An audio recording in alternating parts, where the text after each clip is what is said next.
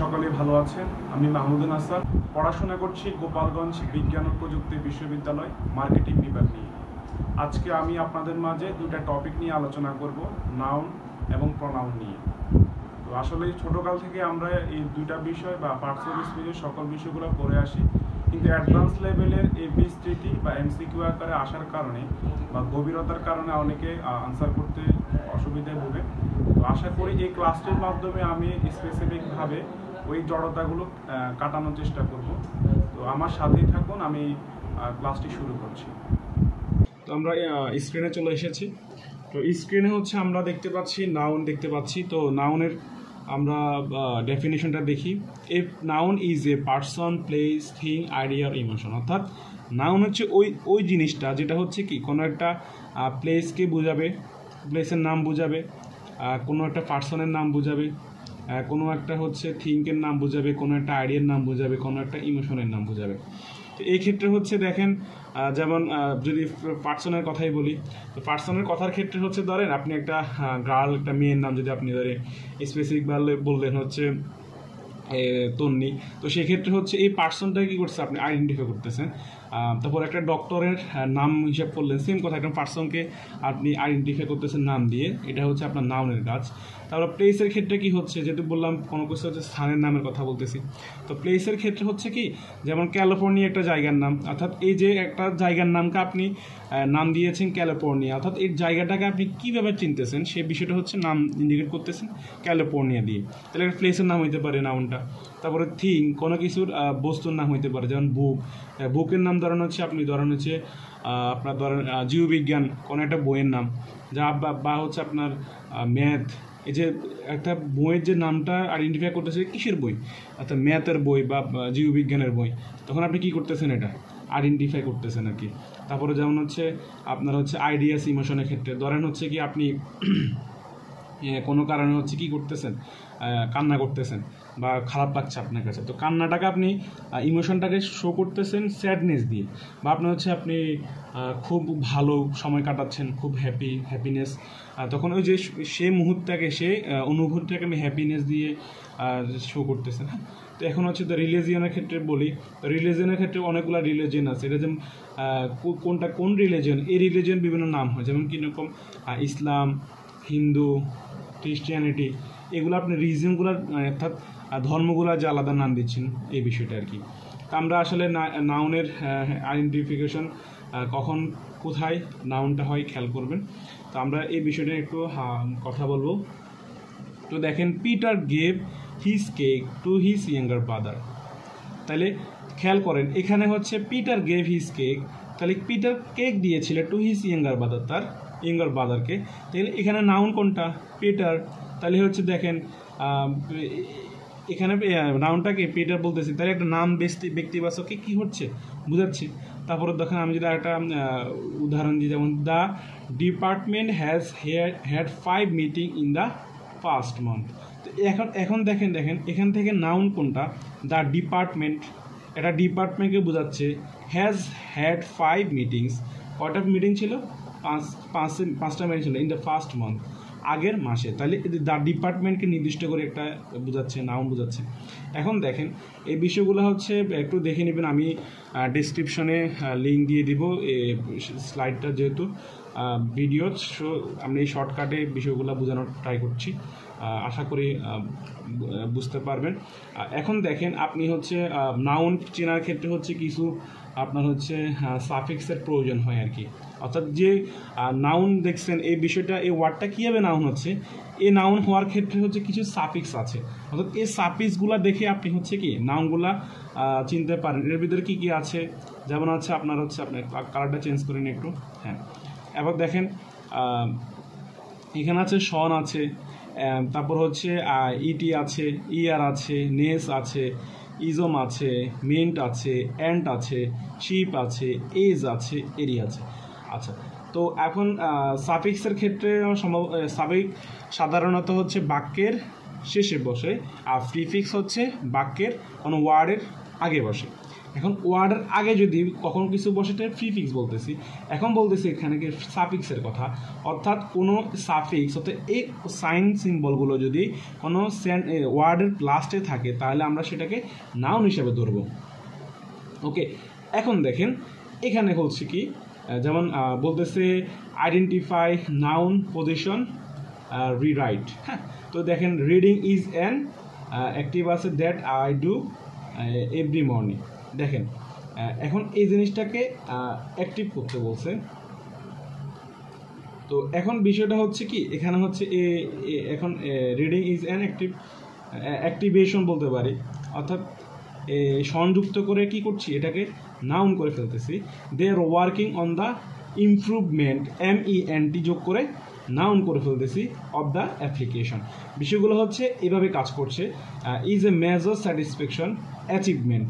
হ্যাঁ, তো এখন দেখেন এই যে লাস্টের সাফিক্সগুলো অ্যাড করে আমরা কি করতেছি, এটাকে ওয়ার্ডটাকে নাউন করে ফেলতেছি।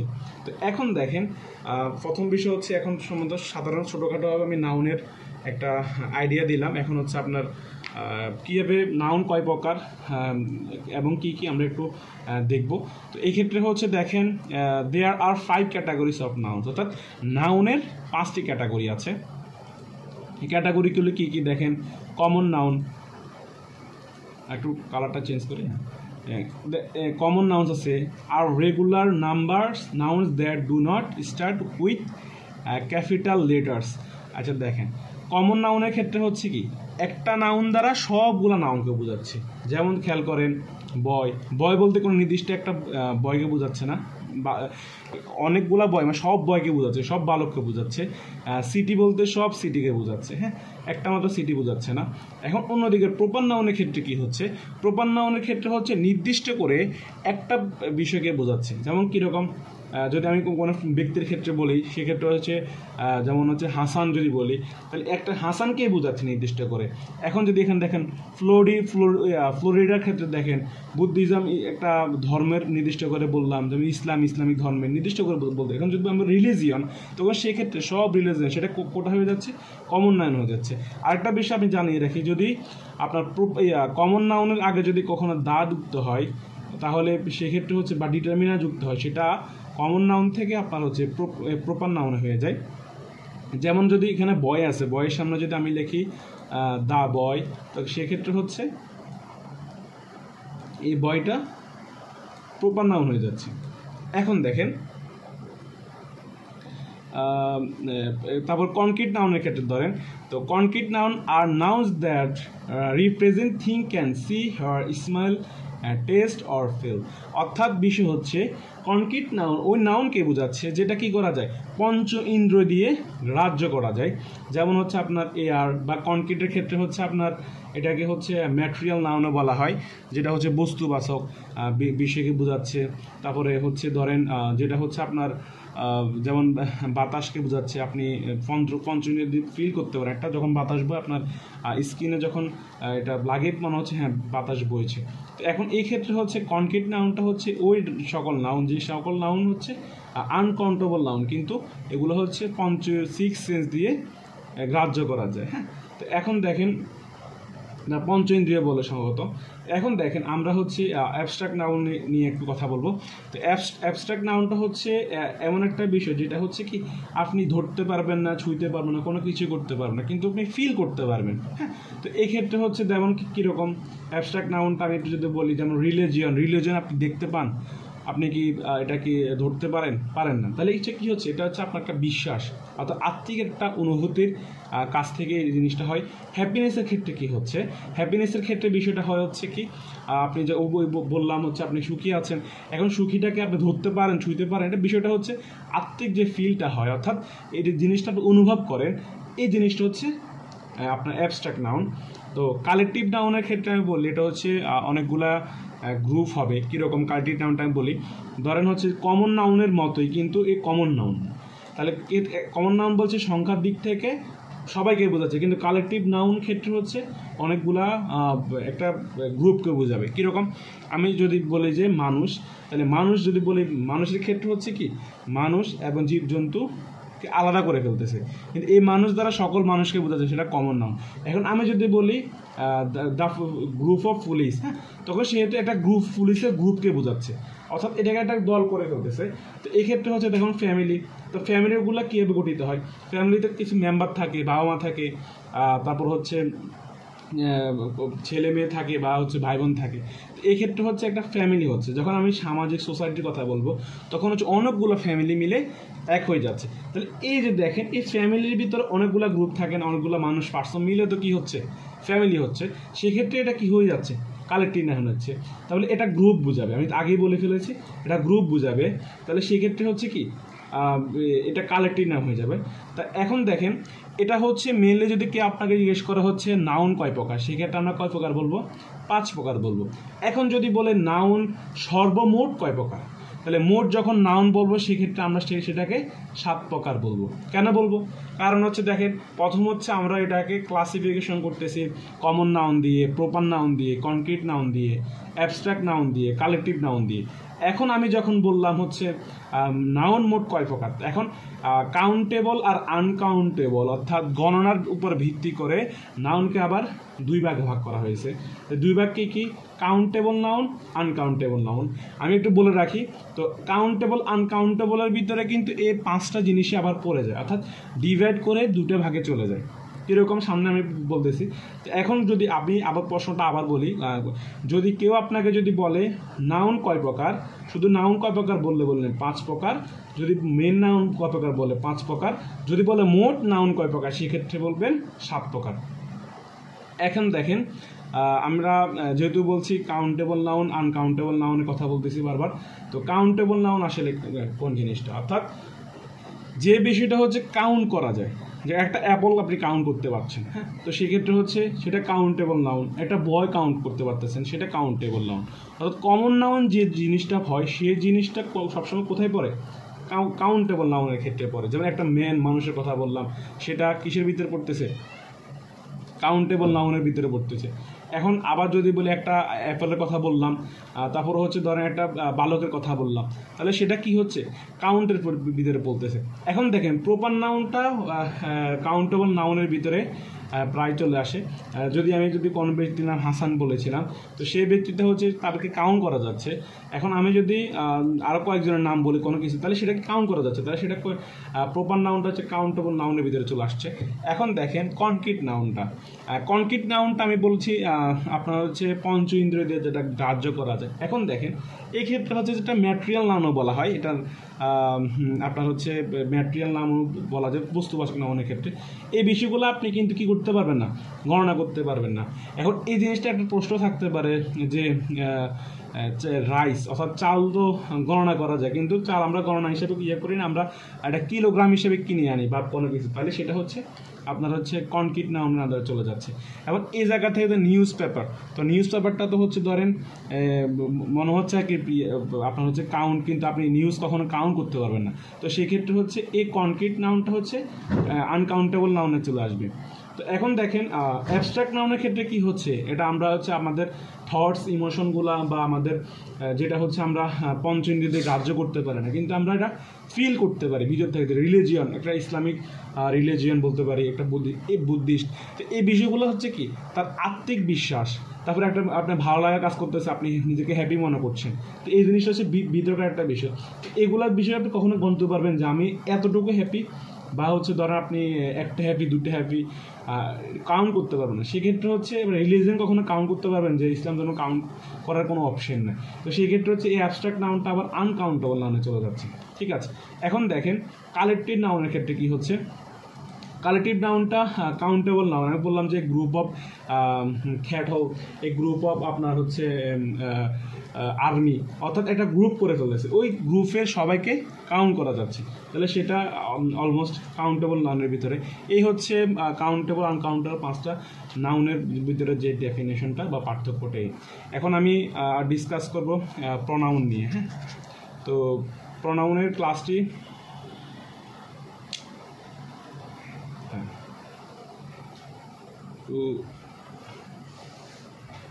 লোড হচ্ছে, ওয়েট করে আমরা প্রনাউন।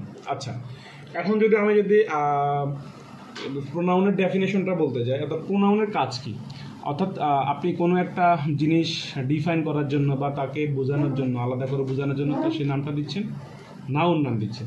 এখন আপনি নাউনের জায়গায় আপনি চাচ্ছেন অন্য কিছু ইউজ করবেন, সেক্ষেত্রে আপনি কি দিতে পারেন? সেক্ষেত্রে হচ্ছে আপনি প্রোনাউন দিতে হবে। এখন দেখেন, একটা সেন্টেন্স আপনি যখন বললেন, একটা যদি আমি নাম বাংলাতেই বলি, যদি বললেন হচ্ছে একটা মানুষের নাম হচ্ছে ধরেন হচ্ছে পারহান, হ্যাঁ, তো আমি বললাম হচ্ছে পারহান ভালো স্টুডেন্ট, পারহান সে ভালো, তার হাতের লেখা ভালো, সে খাওয়া দাওয়া করে। তো এখন বিষয় হচ্ছে কি, দেখেন বারবার আমি যে ফারহান নামটা ইউজ করছি, এই জিনিসটা মানে শুনতে একদম শ্রোতার কাছে খারাপ দেখা যাচ্ছে, আবার একজন যে কথা বলছে বক্তার কাছে, তার কাছে বারবার কষ্টসাধ্য বিশাল একটা সেন্টেন্স বারবার বলা হচ্ছে। এখন যদি আমি বিষয়টি বলি, পারহান একজন স্টুডেন্ট বা একজন শিক্ষার্থী, সে সে ভালো হাত, তার ভালো হাতের লেখা, এখন সে তার, এই যে এই বিষয়গুলো নাউনের পরিবর্তে ইউজ করছি, এটাকে আমরা প্রোনাউন বলতেছি। অর্থাৎ এই যে নাউনের পরিবর্তে যাই ব্যবহৃত হচ্ছে তাকে আমরা প্রোনাউন বলতে, শর্টকাট যদি বলি, তাহলে এখানে কি বলতেছে, ওয়ার্ড রিপ্লেসিং নাউন, অর্থাৎ যে বিষয়টা হচ্ছে প্রোনাউনটা রিপ্লেস করবে কাকে, নাউনকে রিপ্লেস করবে। ঠিক আছে, এখন দেখেন প্রোনাউন্স অ্যান্ড অ্যান্টিসিডেন্টস নিয়ে কথা বলবো সামনে। প্রথম হচ্ছে আমরা প্রোনাউন কয় প্রকার বিষয়টা জেনে দিই। প্রোনাউন আমরা হচ্ছে ধরেন 6 প্রকার প্রোনাউন নর্মালি ধরা হয়, অনেক সময় 7 প্রকারে চলে আসে।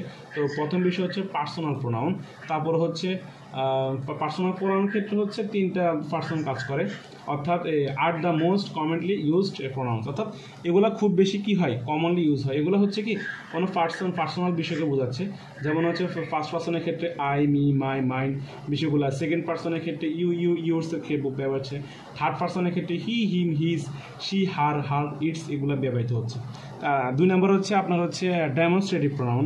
তো ডেমনস্ট্রেটিভ প্রোনাউন হচ্ছে আপনি তো পার্সনের ক্ষেত্রে হচ্ছে কি আপনি পার্সোনাল প্রোনাউনটা ইউজ করছেন, যখন বস্তুবাচক বিষয় আসবে তখন আপনি তো পার্সোনাল প্রোনাউন দিয়ে ইউজ করতে পারবেন। একটা বইয়ের ক্ষেত্রে আপনি আই, মি, মাই বা হচ্ছে ইউ, ইউর্স ব্যবহার করতে পারছেন না, তখন সেক্ষেত্রে আপনি কী ব্যবহার করবেন? সেক্ষেত্রে আপনি হচ্ছে ডেমনস্ট্রেটিভ প্রোনাউনটা ইউজ করবেন। ডেমনস্ট্রেটিভ প্রোনাউনের ক্ষেত্রে হচ্ছে ওই বস্তুবাচক বিষয়কে ইন্ডিকেট করা হচ্ছে, দিস, এইটা, দ্যাট, যে এখন এই বিষয়গুলো, দিস, দোস, ওইগুলো, অর্থাৎ আপনি কোনো বস্তুবাচক বিষয়ের ক্ষেত্রে আপনার ডেমনস্ট্রেটিভ প্রোনাউনটা ইউজ করবেন। এবার হয় ইন্টারগেটিভ প্রোনাউন। ইন্টারগেটিভ প্রোনাউন বিষয়টা হচ্ছে ধরেন আপনার প্রশ্নবিদ্ধ করার ক্ষেত্রে হচ্ছে ইন্টারগেটিভ প্রোনাউনটা ইউজ করা হয়। তো এখন দেখেন ইন্টারগেটিভ প্রোনাউনটা আপনি চিনবেন কীভাবে করবেন, সেখানে ইন্ডিকেটর হিসেবে থাকবে which, who, whose, whom and what. যেমন হচ্ছে হু ইজ দ্যাট ম্যান, এই মানুষটাকে, হোয়াট ইজ রং, কী সমস্যা হয়েছে। তাহলে এই বিষয়টা খেয়াল করেন, অর্থাৎ এই যে হু দিয়ে, হোয়াট দিয়ে যে প্রশ্ন করছি, এই বিষয়গুলো কাজ করছে। এখন আমরা 4 নাম্বার যে আমাদের বিষয়টা, সেটা হচ্ছে রিলেটিভ প্রোনাউন।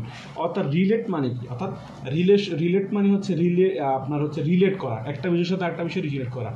এই সাইন সিম্বলগুলো হচ্ছে একটার সাথে আরেকটা বিষয় রিলেট করবে, which, whom, whose, who and that. এখন দেখেন আপনি ধরেন হচ্ছে কোনো কিছু একটা বললেন যে এখানে একটা বই পেয়েছি, বইটা কার, এখানে কার মানে হুজ মানে বুক বলতেছি, তো সেক্ষেত্রে হচ্ছে এই যে রিলেট করতেছি, এই বইটা হারিয়ে গেছে, এই বইটা কার, তো সেক্ষেত্রে আপনি এগুলো ইউজ করছেন। আর 5 নাম্বার হচ্ছে রিফ্লেক্সিভ প্রোনাউন বা ইন্টেন্সিভ প্রোনাউন যেটা বলছি। তো রিফ্লেক্সিভ প্রোনাউন হচ্ছে সে যে কথা বলছে সে তাকে সে মডিফাই করবে। যেমন কীরকম, যেমন আমি যদি বলি হি হার্ট হিমসেলফ, অর্থাৎ সে তাকে কি করছে, নিজেকে নিয়ে কষ্ট দিয়েছে। হ্যাঁ, তো এক্ষেত্রে হচ্ছে আমি রিফ্লেক্সিভ প্রোনাউনটা ইউজ করতেছি। আর ইন্টেন্সিভ প্রোনাউন নিয়ে এক ক্লাসে তো সব কিছু বলা সম্ভব না, জাস্ট আমি বলে রাখি রিফ্লেক্সিভ প্রোনাউনটা সবসময় বাক্যের শেষে বসে, আর আপনার হচ্ছে ইন্টেন্সিভ প্রোনাউনটা হচ্ছে আপনার হচ্ছে রিফ্লেক্সিভ প্রোনাউন যে সাইন সিম্বলগুলো আছে সেগুলো একটু সেন্টেন্সের শুরুর দিকে বসে। হ্যাঁ, তো সেটাকে আমি ইন্টেন্সিভ প্রোনাউনটা বলতেছি। তো 6 নাম্বার হচ্ছে indefinite pronoun. Indefinite pronounটা that refer to people or thing in general way without specifying exactly whom or what being referenced. বিষয়টা হচ্ছে কি, এটা নির্দিষ্ট কোনো ব্যক্তি বোঝাবে না। যেমন আমি যদি বলি যে এখানে একটা অকারেন্স ঘটেছে, কেউ মারামারি করছে, এখন কে করছে জানেন না, তাই আপনি সংবাদ বান্ধব করতেছেন যে এখানে মারামারি হয়েছে, কে করছে, মানে সামওয়ান এখানে কি করছে, একটা ধরেন বোম মেরে গেছে, তার মানে সামওয়ান কে যে কোনো কেউ কিছু বোম মেরে গেছে। এখন দেখেন তাহলে হচ্ছে কি এই কাজটা কী করছে আমি কি জানি, এনিওয়ান নোজ দ্যাট, তাহলে কি হচ্ছে মানে এই কাজটা কি করছে আমরা জানি না, ঠিক আছে। এখানে অনেকগুলো এক্সাম্পল দেওয়া আছে, যেমন হচ্ছে you and I should eat something before we go, তাহলে সেক্ষেত্রে হচ্ছে কি তাহলে ইউ অ্যান্ড আই অর্থাৎ আমি আর তুমি শুড উচিত ইট খাওয়া সামথিং কিছু পরিমাণ বিফোর উই গো, অর্থাৎ আমরা কিছু খাওয়া উচিত আমরা যখন যাব। হ্যাঁ, তো যেমন আবার প্রশ্ন করতেছে ইজ এনি হোম, এখানে কোনো বাড়ি আছে, অর্থাৎ এই প্রশ্নগুলো তো হচ্ছে মানে হচ্ছে আপনার বিষয় স্পেসিফিক কিছু জানার না, জানার ইচ্ছা থাকার ক্ষেত্রে বিষয়কে ব্যবহার করছেন। তো এ ছিল হচ্ছে মেনলি নাউন প্রোনাউনের ডেফিনেশন এবং উদাহরণগুলো। আশা করি সকলের ভালো বুঝতে পেরেছেন। যদি না বুঝতে পারেন কমেন্ট সেকশন আছে, প্রশ্ন করতে পারেন। আর এইগুলো হচ্ছে ব্রেন চ্যালেঞ্জের ক্ষেত্রে আবার কিছু আমি স্কিপ করেছি, এক্সাম্পলগুলো আমি আপনারা করবেন, করে ডেসক্রিপশনে লিঙ্ক দেওয়া থাকবে, এটা করে জমা দিয়ে দেবেন, বা কোনো জিজ্ঞাসা থাকলে কমেন্ট সেকশনে জানাবেন। আমি আপনার হচ্ছে এই স্লাইডটা আমি দিয়ে দিব। তো সকলে ভালো থাকুন, সুস্থ থাকুন, আমার জন্য দোয়া করুন। আল্লাহ হাফিজ, আসসালামু আলাইকুম।